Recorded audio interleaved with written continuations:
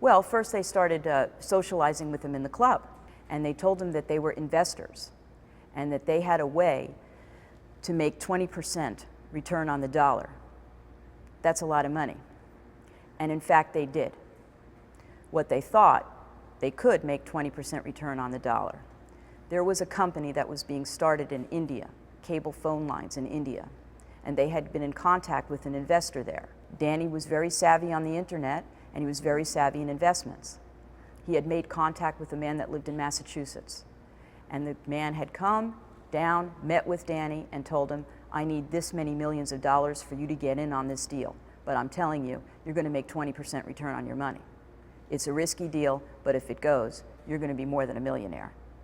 Danny wanted that deal. He did not have that kind of money. He wanted his nest egg where he had it in IBM stock, and he wanted someone else's money to gamble on the Indian investment. He wanted Frank's money for that, but he sold it as he and Frank would be partners in that. That's why Frank went to talk to him that night in a business meeting at a steak restaurant.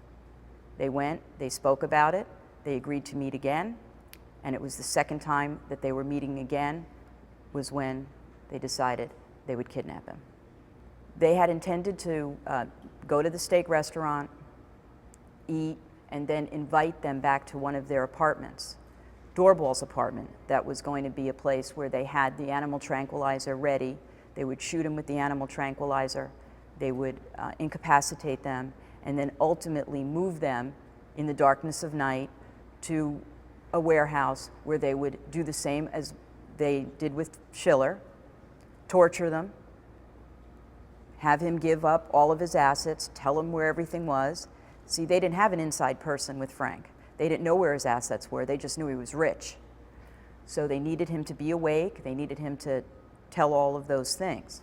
They also needed Christina, because if Frank was missing, Christina was going to go to the police. They thought that nobody would care about Frank, some Hungarian guy in the prostitution business, they thought, and that wasn't what it was at all. And Frank was well respected in his community. His best friend lived down the street from him, and he had business contacts all over. If he would have been missing, people would have been looking, and they would have called the police because his friends were law-abiding.